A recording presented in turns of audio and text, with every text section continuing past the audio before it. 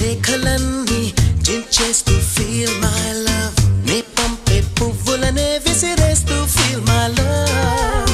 నే చెప్పే కవితలన్నీ